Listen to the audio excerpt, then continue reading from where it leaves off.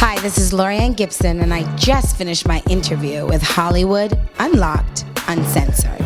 You guys have to watch because me, Unlocked and Uncensored, I was really nervous, but I love Jason Lee and I love Melissa Ford. This is a vibe. It's a vibe thing. It's uncut. It's real. I dropped some jewels, just the beginning of the jewels dropping. So you need to watch it because I was comfortable letting some shit hang out. Copy that. What up, everybody? This is Jason Lee, and this is Hollywood Unlocked Uncensored. And I'm Melissa Ford, a.k.a. the Curve Queen. Yo, what's up? It's your boy Giovanni Hola. And we are back, the three of us together. It feels so good. It's nice to be back. Wait, good to see you. What happened to your shades? I thought you were going to... Oh, my Jason Lee shit. Yeah, well, no, don't put them on now. We've seen how fucked up you look. You've ruined the experience. Yeah. First of all, I come in like a rock star.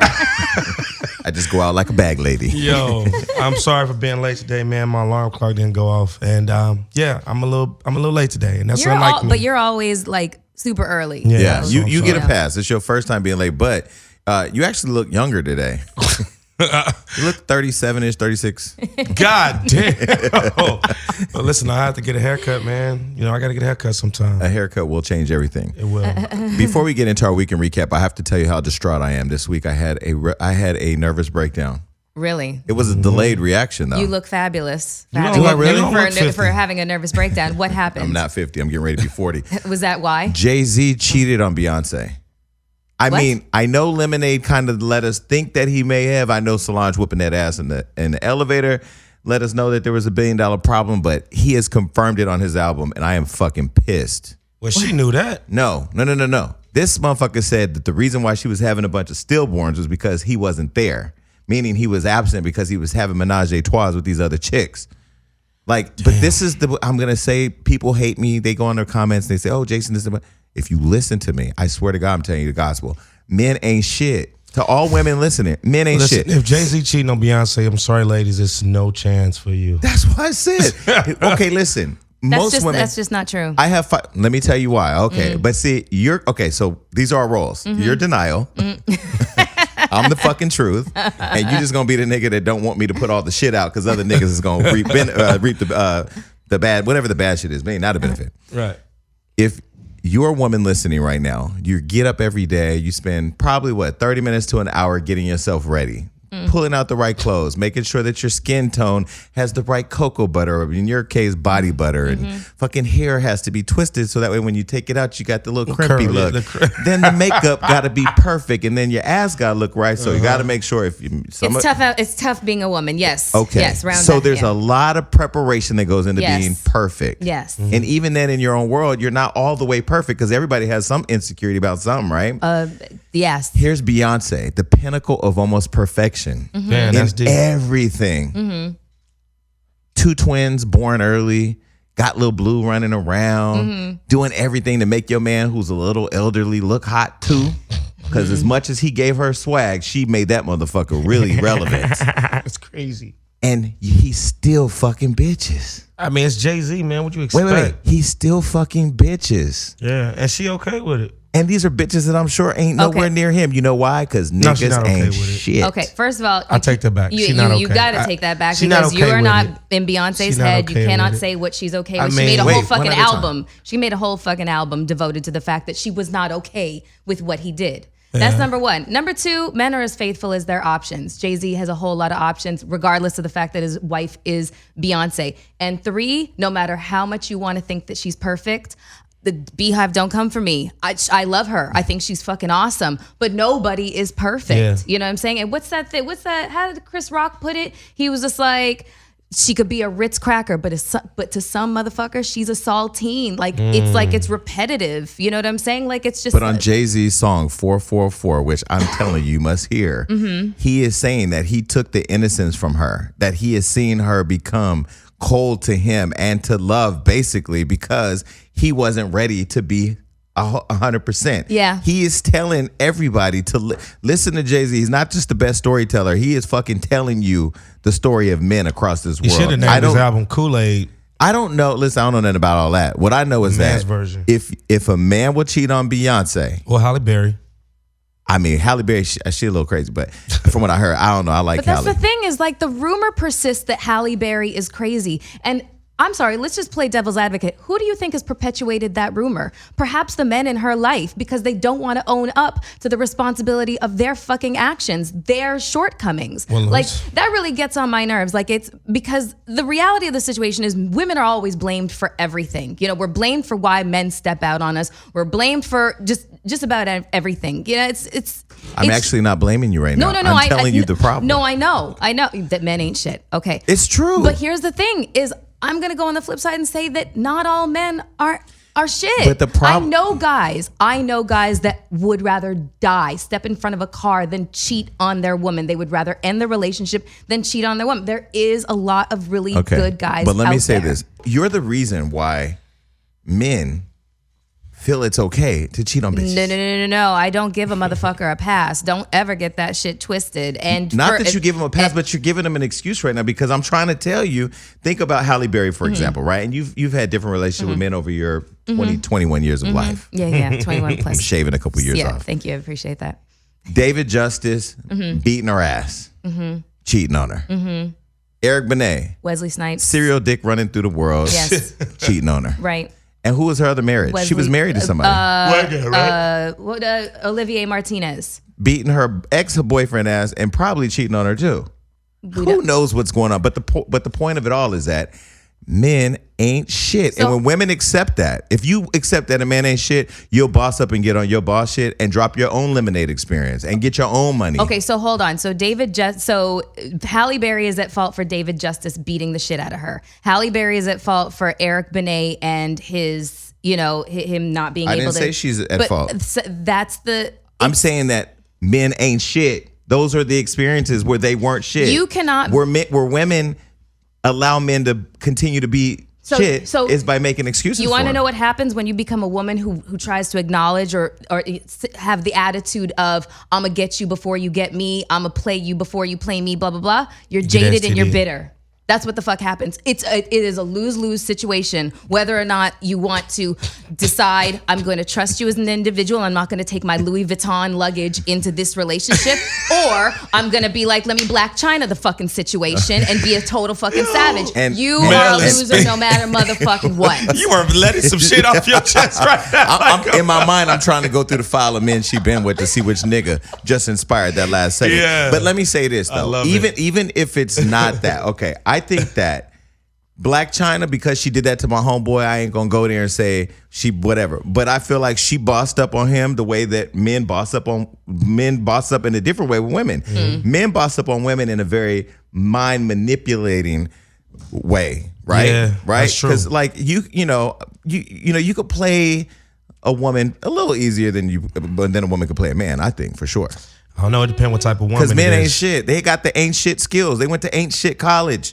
These niggas got the ain't shit scholarships. That's hilarious. I'm just saying. Yeah. Well, I mean, I'm not going to sit here and lie and say that a bunch of me and my girlfriends from all walks of life, all colors, shapes, sizes, ages, whatever, do not have similar experiences with men mistreating us. However, there is a point in which personal responsibility takes shape here, where it's up to you whether or not you're going to continue to allow yourself to be treated in that way, and then learn from those lessons, move into the next relationship, and know exactly what to look for. I've dated enough don't wants to know exactly what I do want. Okay, so Floyd Mayweather can't be here, and I know I'm going to say his name at some point in the show, so I'm just going to start now. He's watching on live, and he wanted me to say, Floyd. He didn't want me to say this, but I'm going to throw his ass under the bus. Okay, Floyd at least tells every woman in his life, which is, there's like a squad now. I don't know how many. I haven't been around in a week or two, so it could be up to 20 now, right? Mm-hmm. Okay. Sorry, Floyd.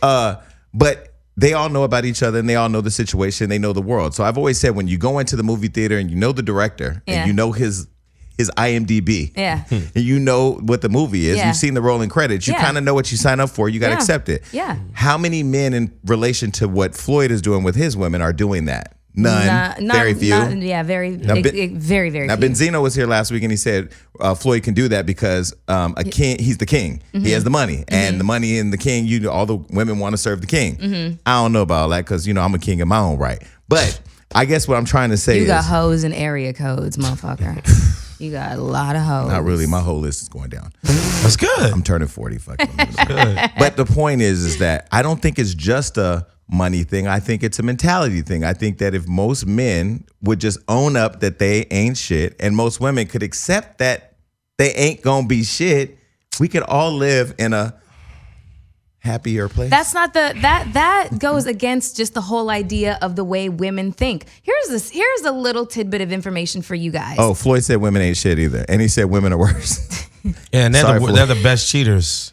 We are. You be on the phone with your side nigga right next to your man. Until you lay up in your man's bed with a Versace robe on and let the other nigga wear the Versace robe that you bought. Come on, they sloppy. Men could at least get away with it. No. That was her wanting everybody to see what was going on. You guys will see what we want you to see, and you won't see what you don't want us to see. Like, it's crazy what we can get away with and what you guys are completely oblivious to. And here's the other thing. Well, you know how many women I let play me? 0. Fucking asshole.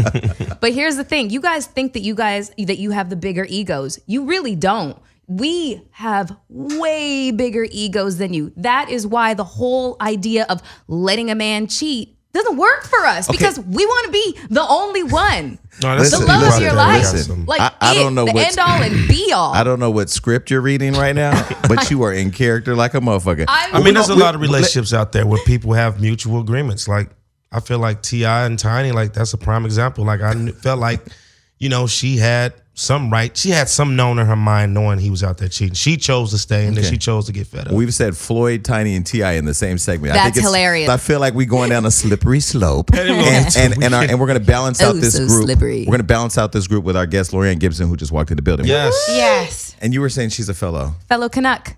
What is that? Canadian. Oh, are you Canadian? Toronto, yes, born and raised in Toronto. T-Dot. You know I didn't know that. We came from the same place, same water. That's why we so fine. Okay, I mean, so let me be clear. Not only because you never know which Laurieann you're gonna get, and you can't go reckless. We love that about you. Reckless, good. Reckless is the new good. Yeah. Reckless. But the thing I love about Laurieann, no matter what party I go into, it could be Puff's house, it could be the fucking hole in the wall down the street, anywhere. She's getting it started. If she's dancing on the dance floor, you know it's going to be a good night. Yep. Happy belated birthday, by the way. Thank you. Praise the Lord. She's a Cancer season. When was your birthday? Hi, Chloe. July 14th. Yes, July 14th. down. Bastille Day. Okay. It's French's independence. Okay, so we have you here. We were just having a hot topic discussion about niggas ain't shit. And that was, I kind of started that because I'm late because I'm so busy, but I did get to the Jay-Z album. Yes. And I heard the 444, and I had to sit with it because I'm a member of the Beehive, a proud member of the Beehive. And the whole Lemonade thing, we knew something happened. We didn't know what happened, but then listening to 444, I mean, I'm like, I was on some fuck Jay-Z shit this weekend, but I'm back now. I'm back to reality.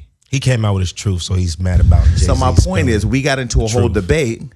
I said niggas ain't shit. She said that's not fair because there are some good men out there. He's staying neutral because he don't know where the conversation's going. Because he's one of those good guys. Thank you. He does not cheat on his girl. I don't. His dick's on the internet though, so something happened. Boom Cag is kind of legendary because I don't usually have the opportunity, and that's why I do love Hollywood Unlocked and what you guys are doing. Thank you. It's very, very, incredible, and just, to reach some tastemakers who generally don't get a voice or a chance to communicate. However, because I hate the N-word. I wish it would retire. That's just, mother boom cack. I think that culturally speaking, we just have to change the conversation because niggas are shit. I mean, I love my black man. I love being black. I'm saying the choices they make may not be good. That part. But to continue to identify it with, the color of our skin or obviously the fact that out the gate we are challenged with opportunity and we continue to have to restructure how our image is seen and how, the black love is recognized. And, as a woman who loves as a black woman, I really love the way I love a man, as strong as I do, as legitimate as I do, as ride or die as I do. And you know what? I just need all artists to restructure their conversation. Do you think in particular? I need some R&B cats to come out and sing something more romantic. More about embracing love. I just went to with see one partner. I just went to see Genuine. The other night. And it just reminded me of like when R&B music just made you feel a certain way about loving somebody. Yeah. How about music supposed to make you do that? Yeah. And I just don't know when we stopped. I do know when we stopped, when we bought into the idea that we weren't worth the melody that's in our soul, and all of these artists are just now. You better preach, girl. Damn, that was a Michael Jackson ass reply. I love that. Hey, the melody in our souls. I love that. and just so I'm clear, because people, we typically don't use the word nigga up here. And when I say nigga, I mean all men. I ain't talking about black. Oh yeah, because we clarified. Nigga is a state of mind. Yeah, you know, it's not a color. Absolutely. Yeah, I know where I am in modern day and in society, and obviously, listen. I personally would just love to retire the word, only because of where it came from and the actual backs of the people that had to do what they had to do and were held back. And historically, that word has drawn so much negativity, and people are still recovering. I mean, I don't know whether you want to act like it or not, but yeah, being black in America, they're still recovering. I just saw Detroit, had a really hard time seeing it. Don't go with any of your white I went friends. to the screening. I saw it too. Wasn't it difficult? Like, I'm like, because there was a cocktail party afterwards. I was like, so we're just supposed to go clink glasses and drink wine with white people? Yeah. Well, I was very conflicted. Listen, you're working with Puff, and you've been working with Puff for years, and he's opened up the school in Harlem. And today is the 3-year anniversary of Mike Brown's death. So, let's speak about how important it is that we wrap our arms around young black men and people of color to be able to uplift them and show them, I think, the way, right? Yeah. Like how we can support them. Yeah. Yeah, I think it's just about, really expecting more from our artists, from those that are in the public, to really say, if this is just entertainment, let it be entertainment. Balance out those albums, balance out what you put into your show, how you get on that stage and be a reflection of your message. Like, there's so much mediocrity going on, and they're okay with it because they feel like my bills are paid. But you never be blessed for out reason and purpose. That's just law. Those are facts right there. So if you moving around just talking about what you got, you ain't even living. You just walking dead and waiting for the moment for you to deflate and get on the train that goes the other way down. You know what I'm saying? Damn. Like, it's real. It's like, you got to understand that when you come up, it's to do something with the come up. And that was what hip hop was all about. I don't ever remember being so angry. We were always like, all right, healthy competition, but raise everybody. And if you were whack, you were just whack. And we didn't have a problem saying that. That's Puff Daddy. That's obviously the training. I'm feeling it. Right? We were crushed in a room. You know what I'm saying? But we didn't get in our feelings and then diabolically try to assassinate another woman or man of color. I'm Canadian. You know that. Yeah, I mean, my nephew here, and my nephew's white. My other nephew's it's in our DNA to be nice. When you said my nephew's in the building, I thought you was talking about him. Both of them are my nephews. Welcome to the show. Is that Volley? So, and Boom Cat Moi, makeup artist, and actually the first artist I'm managing at Valley, superstar, independent. Was she performing at the taping that I came to the other day, and I didn't just make it? I know. I was there though. Sorry. He saw me. I was there. I know. Thank you so much. That day was glasses she got on. Listen, that day was crazy as hell, but I told my people we got to pull. I had sweats on, but I said, fuck, I don't know if I'm looking right, but I'm going to at least come. I did come. Let me just tell you that meant so much to me, and also because I know that you guys have such a hold, and it's only going to get bigger on the younger generation. You know what I mean? That I just always try to encourage you at where you are, the responsibility of that, and have the fun still. But listen, I'm telling you, I know a lot of people out here, not as many as you, but there's very few people that I actually like as friends, because I think in this city you can become emotionally vacant, renting out rooms to people that don't deserve it. Hilarious. And I learned a long time ago. I've been betrayed. I'm from Stockton, California. It's a rough little city up north where we shoot people that betray us. So I come to this city and I'm either your friend or I'm your enemy. Right. The thing about you have to spend time showing respect to people who bring light to your life. I know every time I see her, I mean, it could be a couple seconds or whatever minutes, but it's always positive energy. Yeah. Out of all the artists I work with, like choreographers, like I would say Laurieann was one of my absolute favorites. She gave me a job with Luther Brown, and we had an amazing time in those rehearsals because her energy was just filling up the room. Remember that job we did? I do remember. And you're amazing. And you're multi-talented. Thank you, baby. And I love working with you because I loved looking at you in rehearsals. That's something you never knew. Oh, really? Yeah. Where does the intensity come from? Because even at Puff's house the last time we were there, you, her, and Erica Mena were dancing to some merengue or whatever. She brings it out of you. You know what I'm saying? I've never seen her mad. By the way, mad. you look so beautiful. She's like a can of cocoa butter, don't she? I'm really happy. Where does the intensity come from? The intensity comes from the passion. I mean, you got to remember, I'm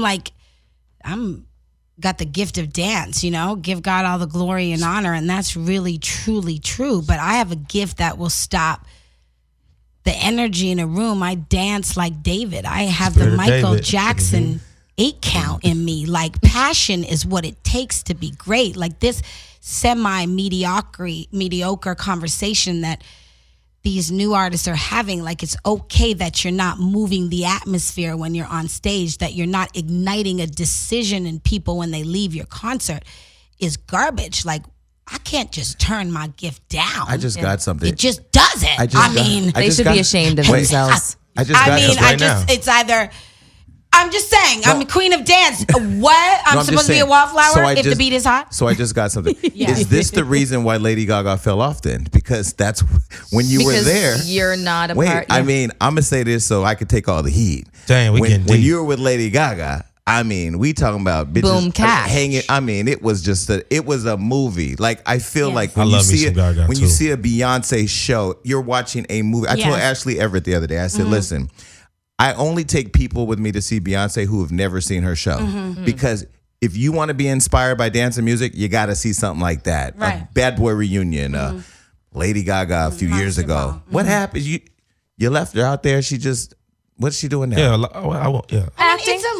It's very complicated. I've never spoken about it.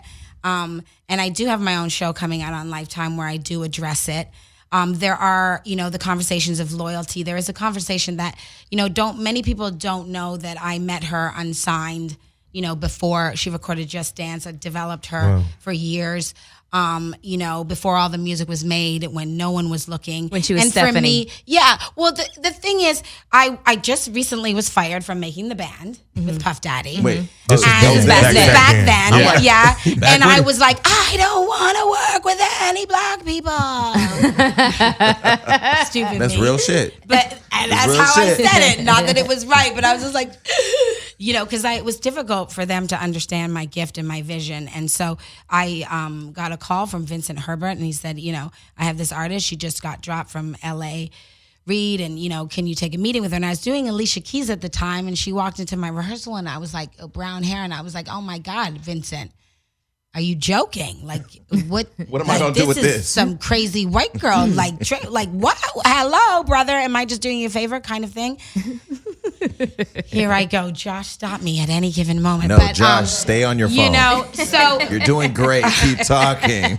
And I'm so glad I'm with you guys because it's all love. It's difficult to talk about. But the thing is, I saw someone that was, broken. When you have a dream and you really know that if you don't acquire this dream that you're going to cease to exist, it's a different kind of pain, different kind of hope that comes from an artist's eyes. And I was in the same place. I'm truly an artist myself. So when I see that, what I do is fight for an artist. I pull a vision out, and it's very difficult when you're the one carrying the vision, even when the artist can't see it or nobody around them sees it. So, she was fearless enough to listen to everything that my gift required, and allowed me to be free to create. I wrote The Monster Ball as a young girl. I ended up directing it, obviously, on HBO, and I'm an Emmy-nominated director. I directed You and I, and did every single dance step. And I'm happy that you can see it on the Super Bowl. Even though I was in a hotel room watching it. I was at the Super Bowl. It was amazing. Yeah. But and that doesn't very happen in your lifetime, that you will actually get to see your body of work redone. I would have liked to have directed it, myself. But I've never seen, pride is interesting in artists. I think when this business gets you to a certain place. Fame is a drug. And there's actually a time where you see the drug operate and you have a moment to make a decision as an artist. And if you drink that Kool-Aid and if you take on that drug of fame, you're going to have to live that out. And I think that, some artists lose their way. And I'm not a yes again, I call it. So, it got sticky to be oppressed, to be a Black woman behind a white female and not be recognized. Yes, or have the freedom to continue to do what I did every day, creatively, every show, every step, and have the respect. And so I couldn't fight anymore. I couldn't fight everyone that was intimidated or affected by my gift and the fact that I'm a Black woman and the fact that I'm not going to say yes when it's not right. I'm not going to allow my artists to set their pussy on fire. What do you want to do? You know what I mean? I'm just not going to do that. I'm going to be like, no, you sound crazy. We can't do that, but we can do this, right?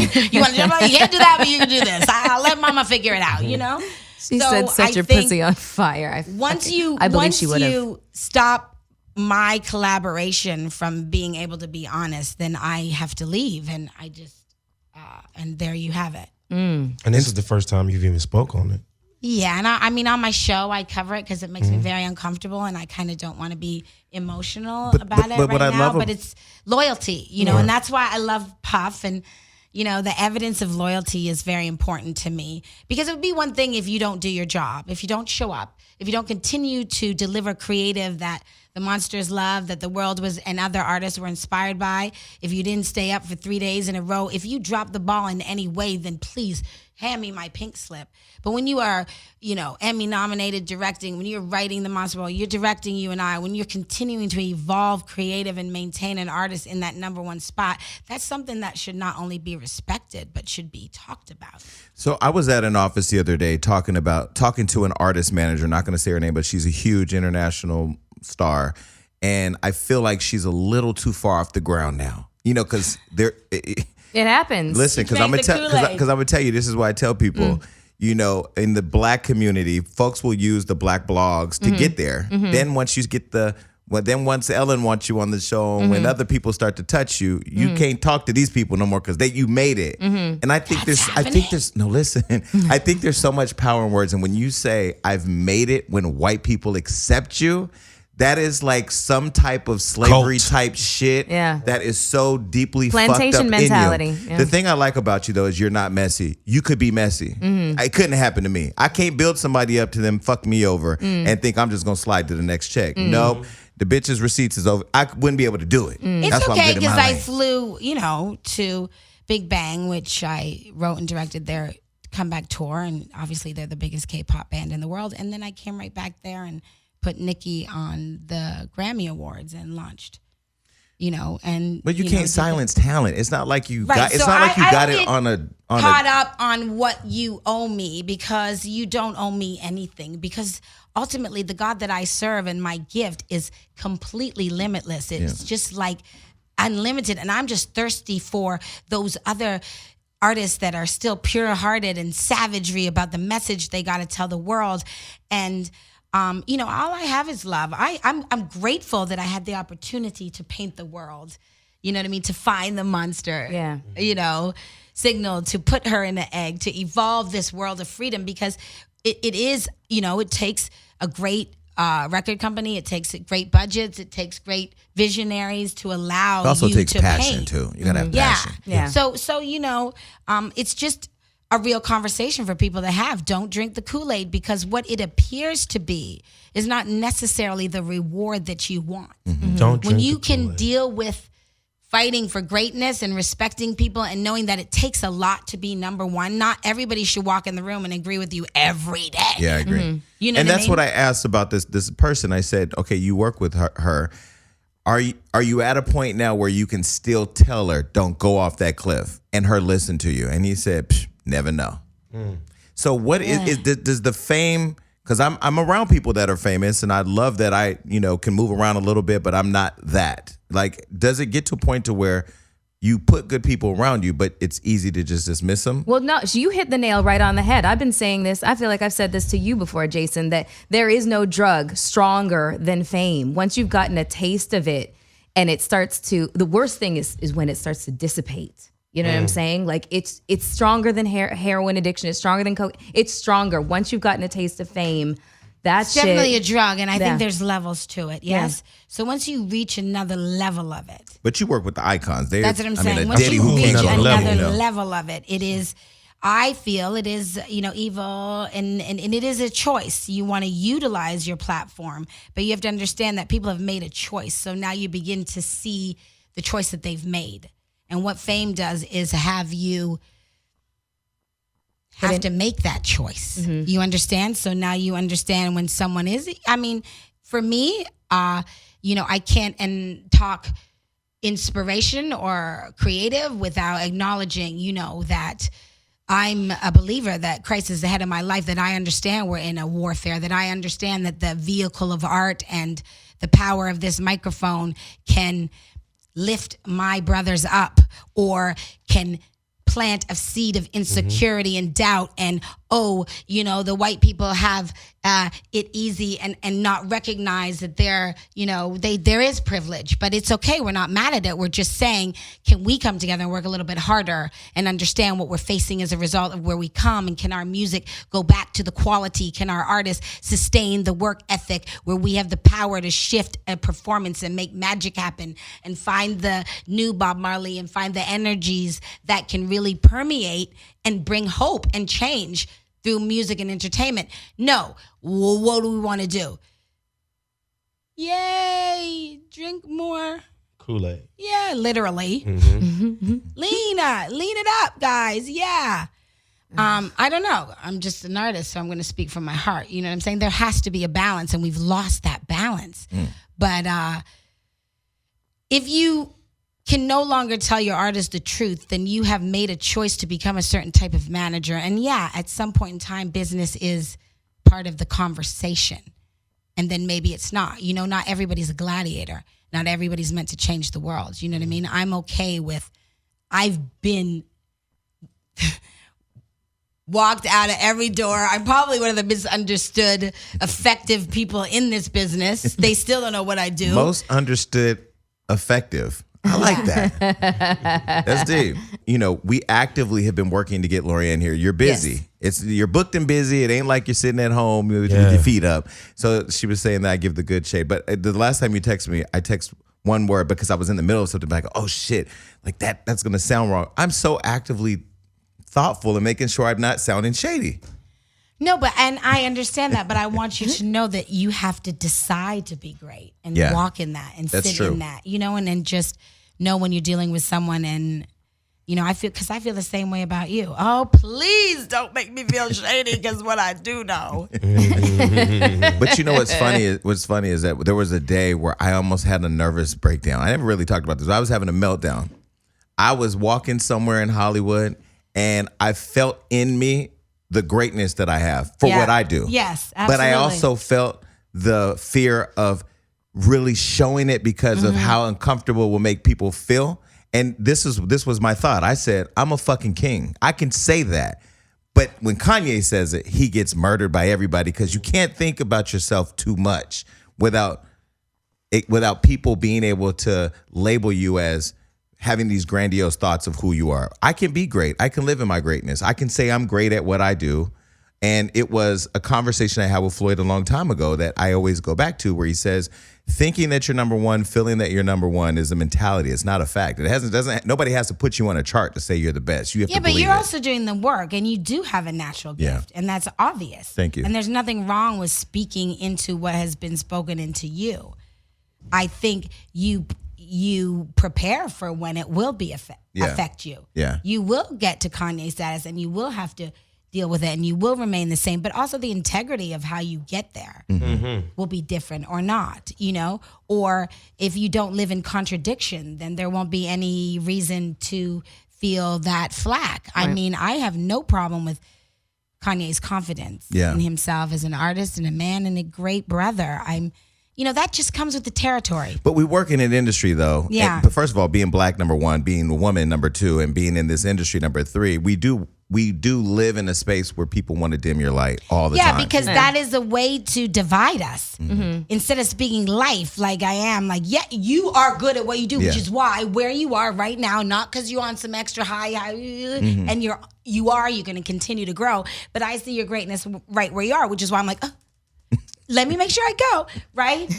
So a lot of people are more comfortable talking to you than they are other people that they think they should be talking to, which is how amazing Rolling Stone articles and intimate interviews were captured and delivered, and people feel comfortable. Artists feel comfortable. Again, this word that is so sprinkled everywhere, feel comfortable talking to people. You have that. That is a gift. People do come here and say they feel comfortable talking to us. It's good. Yeah. And so as it grows, you have to be very mindful about protecting that. Yeah. So we left off talking about Lady Gaga. Where are you all now? Have you spoken to her? Are you friends? Are you in a good place? Well, you have to watch my Lifetime show, which is airing soon. I'm very excited. That was deep. But no, we haven't spoken since the day. I think it was 5 years? Really? Yeah. That's crazy to me, though. That's crazy. But you seem like the type of person that still is a cheerleader for somebody like Lady Gaga. Like, even though you guys had a falling out, haven't spoken since, you seem like you're still cheering. You would still be cheerleading somebody's efforts on to grow as an artist. Like, she was just recently in American Horror Story Hotel, and she won a Golden Globe for her performance. Did you happen to catch that? I think for me, professionally, it's a different part of me. Personally, I'm different, right? Professionally speaking, I love and am grateful for the work that I've done. And obviously, it still lives on. Poker Face, Just Dance, Monster Ball, all the stuff that we danced to at Coachella, because I ain't gonna lie, Joanne wasn't. Listen, I mean, it's just if facts. Beyonce it's come out tomorrow, it's just facts. My work is what it is, and it was done from scratch. Yeah, I left her, and it's okay. It's a choice an artist makes. I'm not mad at it. I'm just glad to not be a part of when an artist isn't doing so well. Because my brand is important to me, and when people tap into that. Whether they tap into the fact that you build an artist up and they and if they go through a life change where their art and their interpretation of that is not so good, I definitely don't want to be on that ship. You know what I mean? So when you were doing making the band with Puff, how did you all decide we just gonna give really our true authentic self and just let it unravel the way they did it for the world? Because I mean, that again, good reality TV doesn't always have to be the Love and Hip Hop, throwing drinks and fighting. That was I remember that captivating, show. where you can see these artists walk in with these dreams of being a star with this mega superstar artist and this mega superstar choreographer, creative director. But then just the clash of personality, that was great TV. How did you all get to a place where you said, we just gonna throw it all out there, fuck it? Because we had to. It was really reality. But I think we also were okay with the conversation of, this is what it takes to be great. I mean, nobody was trying to be mediocre. And my task was make a number one band. So when Puff Daddy told me to make a number one band, that is all I knew. Obviously, they cut one part of me. So they saw me screaming at you, but they didn't see me telling you why and building freaking the climax. Yeah, custom motto to Mike Tyson, building the champ. But Danity Kane was a number one group. Yeah. Where are they today without Mama Cack? I mean, Day 26. It's just story after story after story. And I'm the industry girls, why? And the industry's not friendly. The industry's not all come on, lay on this bed of roses. They make the choice though, Jason. They drink the Kool-Aid to step aside, to not want to have me push them any longer. There comes a time where they don't want to hear their coach's voice. And they have the seat that they're put in as an artist to make a decision. And 9 times out of 10 with somebody like myself who is the Boomcat wants boot camp? it to be greater. Where is the Boomcat They're telling their boot managers, camp? I want to try somebody else. No, can we start? Where's the Boomcat boot camp? That's a different show. It's another show. A Boomcat boot camp. or program something. Because I feel like artists aren't prepared anymore. They get this instant fame, and then it's like, once I'm famous, fuck everybody. I'm getting money. I get 20,000 a show. That ain't the real thing. Yeah. No, and the ones that want the real thing, the beautiful thing about where we are is the ones that know how to find it will sustain and maintain and make great music and change the world and fulfill their dreams. So I don't know that I am even in a conversation with. Maybe it's a book. Write a book like a training manual, something that people can refer. I'm just saying, I want 10%. Because I was raised by a pack of. Okay, so how did y'all go? How did you and Puff go from fighting to like you at the house and you are the Mary J. Blige? Everybody's at this house, but you're the life of the party. Mm-hmm. How does that come about? I've always been the life of the party, but that you come back to becoming a life in his party. Well, because I never. Okay, copy that. Literal and figuratively, not the actual physical part. You get it? Yeah. I'm good when the interview is great. Ooh, you slayed me though, honey. I don't even know if I know how to put my clothes back on. Okay. Brother and I have been on a journey, a huge journey, but the zhuzhes. You can see it on my Lifetime show because he's in the first episode. Okay. But also Can't Stop, Won't Stop, which he exposed a little bit of our relationship. If you haven't seen it, you must see it. I really want to see it. You haven't seen it? I haven't seen it You guys, nobody up here has seen it? Can I just say this? I'm gagging. Please let me leave, close my eyes. Let me say this. I actually... Puff Daddy, do you hear that they are up at your house? Puffy turned the channel. Eating the food? I actually went to watch it one day, but I want to watch it when I can sit with it. I like because of what I've heard about it. What Justin has told me about it is that it is like, it's a critical part of becoming great. And I want to sit with it. I actually pulled it up one day on my laptop. You have to watch it tonight. Okay. I'm going to watch it tonight. You guys, I need my shout out in the morning, but you must watch it tonight. It is unequivocally unacceptable right now. Unequivocally unacceptable. I will watch it tonight. I will post on Hollywood Unlocked's IG story. I will tag you and Puff. Thanks. I will make it clear that I've watched it. He will be so upset because he's thinking you watched it because your hustle is very that. And you at his house. Well, listen. And sis, you already know the beatdown that you're about to get. This is our official. Won't Stop on iTunes right now. This is officially the first time the entire show has been read by a guest. Oh, she let me off. I already saw it. What? Yeah. We have a really amazing moment in the film where that all accumulates. I give you my word, I'm watching it tonight. I will too. It all accumulates, and what is so beautiful about him as a man and coming from that is that, you know, a lot of people can't sustain and stand beside a man like that, and he acknowledges, you know, that behind him is this creative woman, and that he calls me the general, and he admits that I've always been the general, honey. I didn't wait for fame or the applause. I signed up and gave you my authentic self in the beginning. But the loyalty and the gratitude I have to that moment is he's kind of like, come on, y'all. She might be cuckoo. She might be, you know, a lot that we don't understand, which is why we understand that she's necessary. So we had Abby Lee Miller here on the show. Yeah. Not in this chair. Yeah. No, we did. Child. She was in that chair. What was going on, mama? She was about to get sentenced. She's a fan of Hollywood Unlocked. It was right before her sentencing. She was DMing me, and you know, at first I was just kind of like, "Where is this going?" Because you ain't really talking about shit. But then she really was, you know, DMing me and followed up. We exchanged information. She said, "I really want to come on your show. I feel like I can have a fair interview." I said, "Well, I mean, I'm a fan of Dance Moms. Is like." This is just some crazy shit. Crazy. Aren't the mothers cuckoo? So when she came on here, I thought that, what's the girl's name from Dancing with the Stars? Cheryl Burke.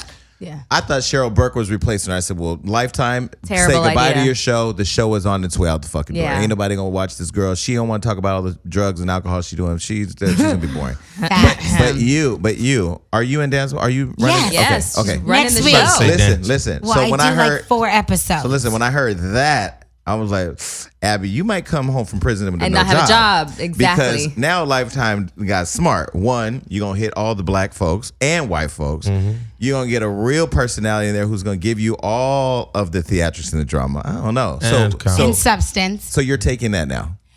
I can't speak about that just yet. But what I can say is, I thought I was dramatic, like you said. And then I got a call. I was only supposed to do one episode, but because I had already signed my deal for my show coming, I said, well, yes, let me behave and act right and get it to the conversation with the fans on Lifetime. And I love the kids, and I think that they didn't understand, one, the mothers, that I'm Alvin Ailey trained. You know what I mean? I tap, I do ballet. I'm a dancer. You're a dancer. I do everything. So I speak that language very well. Well, I also didn't know how crazy Abby Lee was, honey. What they didn't tell you is that the kids were really traumatized.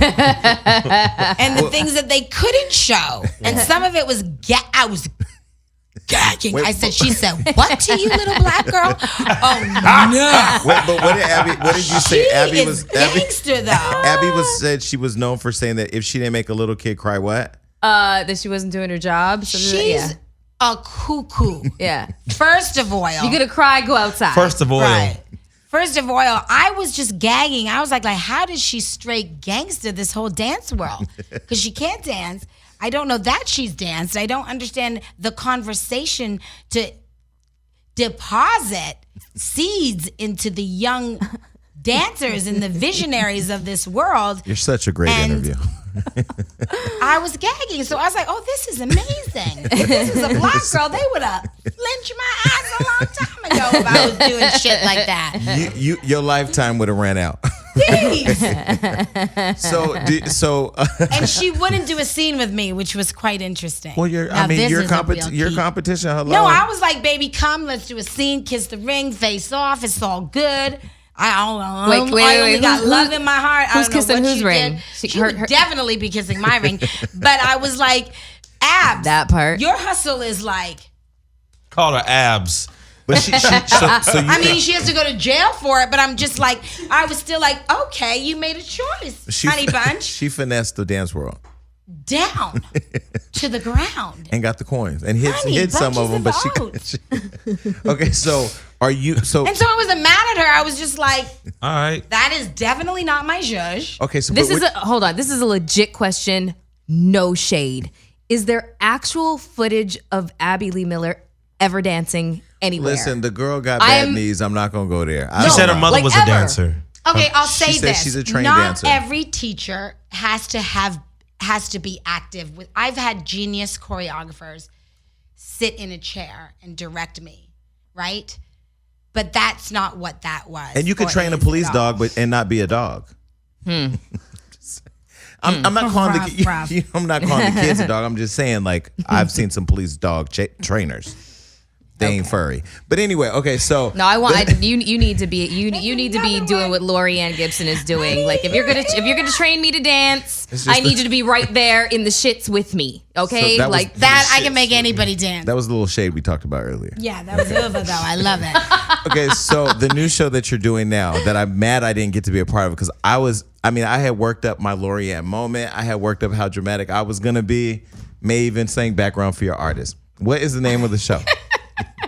Well, the working title right now, am I allowed to say it? I can't. Okay, well, don't say it. But I'm so here because I'm telling you first. Okay, cool. So that's the only reason why I have to hold back on a few things. So the crux of the show is what? It's amazing. It's 100% docuseries. They follow my life as a creative director, and they're trying to communicate my process, what's in my head, and also what my life is like outside of the 8 count, outside of, Puff Daddy's on it, Fantasia's on it, Justine Skye, the list goes on, lots of surprises. But you follow me behind the madness. Behind the curtains. Behind the curtains. It's interesting, but you also see what my life is like. And that's incredibly vulnerable for me because I don't know that I didn't want to go back to television, but I had to take a moment to try to evolve the conversation for younger artists, especially. I wanted them to see what it takes. I want them to see the process so they are inspired by the process. Because like you say, Floyd Mayweather, who I'm probably his biggest fan, you guys didn't know that. But Steph Curry, anybody, it's like you guys, the process. If you can make it through the process, then the promise is guaranteed. Come on now. But so it really inspired me because I'm like, I got to try to inspire these artists. There's so many talented kids out there. Yeah. Right? So I want my label to be the label that brings it back. Like So what's the name of the label? I don't know. But I'm just saying the show is a start. Like if I'm young, I'm on the internet, I know I can sing, but there's something ain't right about the way they just throw me out there. Something ain't right when my fans come. I want to say more. I want to do more. I believe in this dream. It's in my belly. Do I sound crazy? I know I've had a vision, but why does it feel like this? Why do I just feel like I'm in blackface? Like I'm not impacting like I know I was supposed to. This isn't how it was written. And then I'll tell you, you're not wrong. You just got to work on the process. You know what I'm saying? Because it's not easy to get on stage and carry the gift. Mm-hmm. Now, we're just talking about you being mediocre or you being as talented as the greats. Yeah. That's not for everybody. So French Montana followed me on Instagram, and I thought, I thought, oh my God, somebody's finally acknowledging me. That's so good. He followed you. He's the best. He wanted to get to Melissa Ford, which is great. That night, it started with a follow. That night we were at Puff's house. I mean, look, and I said, this was getting the chase. I said to Melissa, I said, listen, I'm not all about, making the pussy work for you. If it could work for both of us, let's work it out. Yes. So here we were, the next day we came on the show. We acted as if Puff invited us, right? Diplo was there, Boom Cat was there, Mary J was talking to Quincy. Really, it was French wanted to talk to Melissa. I was the bride. Here we are, we're at the bride. I was the bride. It wasn't that at oil though, no, Jace. It might have been the zhuzh, but when you came to the real, that's the thing about the real. Yeah. No, it was the upper echelon. Listen, we recognize you whether you are where you are, because greatness does not be defined by hand clap or followers. So y'all were in the party because we were like, yes. There was a moment we talked about on the show where it was me, Melissa French, you, Cassie Puff, and it was just so good, and Erica Mena, and just so good vibe that like. It even for me, it just continues to push me harder because you're sitting in Puff's backyard and you're like, God damn, what kind of wonderland is this? But it's not even that. It's what's in the backyard, the energy, the people. And so, I just, I love you. And I think we all do. I mean, we talk about you and your source of positivity. So what is one thing you would say to the dreamer out there who wants to give up and to the other person who's in it already and isn't as inspired as they should be? Or used to be? Loaded question. I think humbly that we're in a different time. So you have to recognize the time that you're in and the time that you're called to make art or drop a record. The timing is just as important to your process. So we are in a space where there's a lot of the same thing, So you have to understand what is unique about you, and you have to make a choice very early, because what's unique about you will be the very thing that defines you. And because it intimidates the rest of the people that are walking around as versions and a little bit in the dark, you're not going to maybe make it as quickly as you think you should. I think the new artists need to understand quick doesn't mean good. Or forever. Yeah. I mean, you got to just be honest with yourself. You're not doing the work. It's so easy to fix a photograph, post this, create this world. And people are followers. They're weak-minded. So it's like they'll sign up once. But, you can download a record. You can't download an experience. You'll get them in there once. But if you aren't something, you won't keep them. And that's why I'm about downloading an experience, for my artists. That's deep. You talk about the Monster Bar, you talk about Nicki, you talk about Puff, you talk about the artists that I've worked with and collaborated with. It's for them. It's their way. It's not like the same lights that could go with his show and the same kickoff and the same 5 people getting the same. Nah. Be brave enough to create an original experience, and commit to it and do the work that's required. Because like Frenchie's so great. He's one of my clients. We did BET. I forgot Frenchie will be in his position on the spot with the kids from Uganda. You watch him walk in that rehearsal, those kids run to him. I mean, the purpose behind that is on another level. But Jungle Rules is just, Frenchie, shout out, power to the people. No, I was going to say, that now that you're working with French and we see the creative part of French, because before you see him, he has a hot single or he's on somebody's single, but now you see it. What's next? Ooh, you'd have to kill me. But the beautiful thing about French is that's the whole conversation. Is what's next. That's good. The point is there's a next because he did the work. You know, we've been working. The first time I met French. y'all were on Live in Kelly. I saw that up in Canada. And we did good. Yeah, I saw that. And we're doing the Teen Choice Awards this Sunday. Nice. It's going to be epic. But, you know, French and I met in Puffy's New York apartment. And Puff brought me there to vet him out. He just signed him. And I was throwing all sorts of darts at French. Like, yeah, do you know that I brought Big down from a bird cage in the sky? Do you know that I slid through Little Kim's legs? Do you know that I put Nas and Puff? Do you know this? Do you know that? I'm like testing him on everything I've done, right? Do you know I did Missy's I Can't Stand the Rain? Like, did you ask him if he watched Can't Stop, Won't Stop? No, because this was in the beginning. But your beatdown is still real. I will have it done today. But the point is, French took everything to heart. Most people would think I'm weird or like, that bitch is crazy, you know, without understanding. French was just like, I understand and I'm hungry and I get it. Well, you can tell because he's putting in the work now.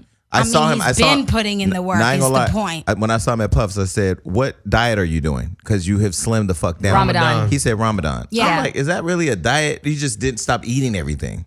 He was fasting. You start eating after the sun goes down. And then Puff started doing the Ramadan diet. He needs to right now. He's in Italy. I'm like, honey, come on back. He's on that boat. I'm just saying. He living. He looks like Puff Puff. Okay, well, listen, we got to go, but thank you for coming on the show. Yes. And don't be a stranger. I won't. I'm much to do. This is probably one of my favorite interviews. Now I leave feeling like we had a good because you can feel when it's going to impact somebody. Like you can feel when somebody's going to watch and go, damn, I got to take notes. There's just so much about her that there's just such Canadianism going on right now. Don't try to shoot us all the way to I'm not. But it's just like when I'm around another Canadian, there's just some. There's something. Native land. Oh, girl, I always hated it. I always hated our national anthem. It's so nice. If you don't know it, you ain't I know I do know it, and I don't want to sing it because it's just. I'm with you. Yeah, because I've always been a fan of yours. I just the fact that you guys are judging, but yeah, it's a Toronto thing. It's a Canadian thing. Total love, and then you're a Cancer. I'm a Scorpio. The water thing, like it's just we're flowing, man. We're flowing. I got you. Whatever you need. I love you. Yes. Thank you so much, Laurieann Gibson. Well, listen, we're running out of the studio. I'm so glad you're up here. This is amazing. You just let him in. Great. We don't want the 4 members of the jail army to go crazy. We're not shading him. We are congratulating you for making it through the door, through security. If she still follows me on Instagram, she sees the work that I'm doing. Yes, I'm so proud. But you've always been that. Thank you, Queen. All right, well, we're out of here. Thank you. Okay, good. Love you guys.